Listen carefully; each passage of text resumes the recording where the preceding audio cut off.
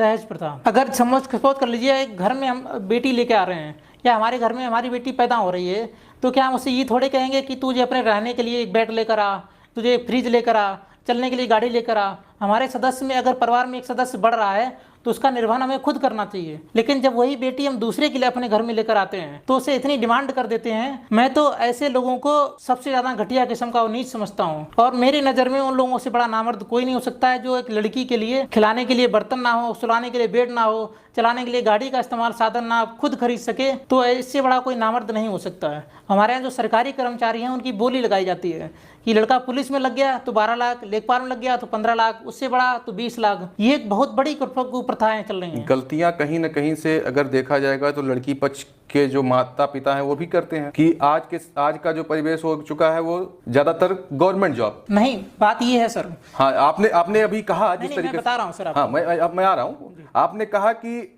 12 लाख, 15 लाख, 20 लाख इस तरीके का डिमांड हो चुका है। ये भी तो कहीं ना कहीं गलत है। नहीं, बिल्कुल गलत नहीं है। मेरी बेटी है, मैं क्यों चाहूंगा कि मेरी बेटी एक नाकारे निकम्मे क्या हो। बेटी का पिता हमेशा ये सिक्योरिटी चाहता है कि उसकी बेटी खुश रहे, कम से कम ऐसे लड़कों को ब्याहे ताकि वो उसको खाना तो खिला सके, बढ़िया जगह लिटा सके, घुमा सके, उसका भरण पोषण कर चुके। अब किसी निकम्मे को थोड़े रख दिया जाएगा कि तो लड़के को उतना सक्षम बनना चाहिए, हर लड़के को सक्षम बनना चाहिए। गवर्नमेंट जॉब नहीं है लेकिन कमाने के तो और भी साधन होते हैं, लेकिन आजकल के लड़के 10 साल के हो जाते हैं, 12 साल के हो जाते हैं तो बाहर कमाने के लिए चले, एक नुकीला जूता, एक लंबा फोन लेके आते हैं जैसे तैसे, तो इससे उनकी आय नहीं बढ़ती है। 20,000 रुपये तनख्वाह, 30,000 का फोन, वो भी किस्तों पे लेकर चले जाते हैं। तो एक लड़की का पिता हमेशा यही चाहता है कि उसकी बेटी का जो घर हो अच्छी जगह पर हो। उसके पिता की गलत सोच नहीं है, लेकिन एक लड़का जो है उसकी लड़की को बिठाने के लिए कुर्सी नहीं ले पा रहा है, बेड नहीं ले पा रहा है, बक्सा नहीं ले पा रहा है, तो ऐसे लड़के को क्या कहेंगे। मेरी नज़र में उससे बड़ा नामर्द कोई हो ही नहीं सकता।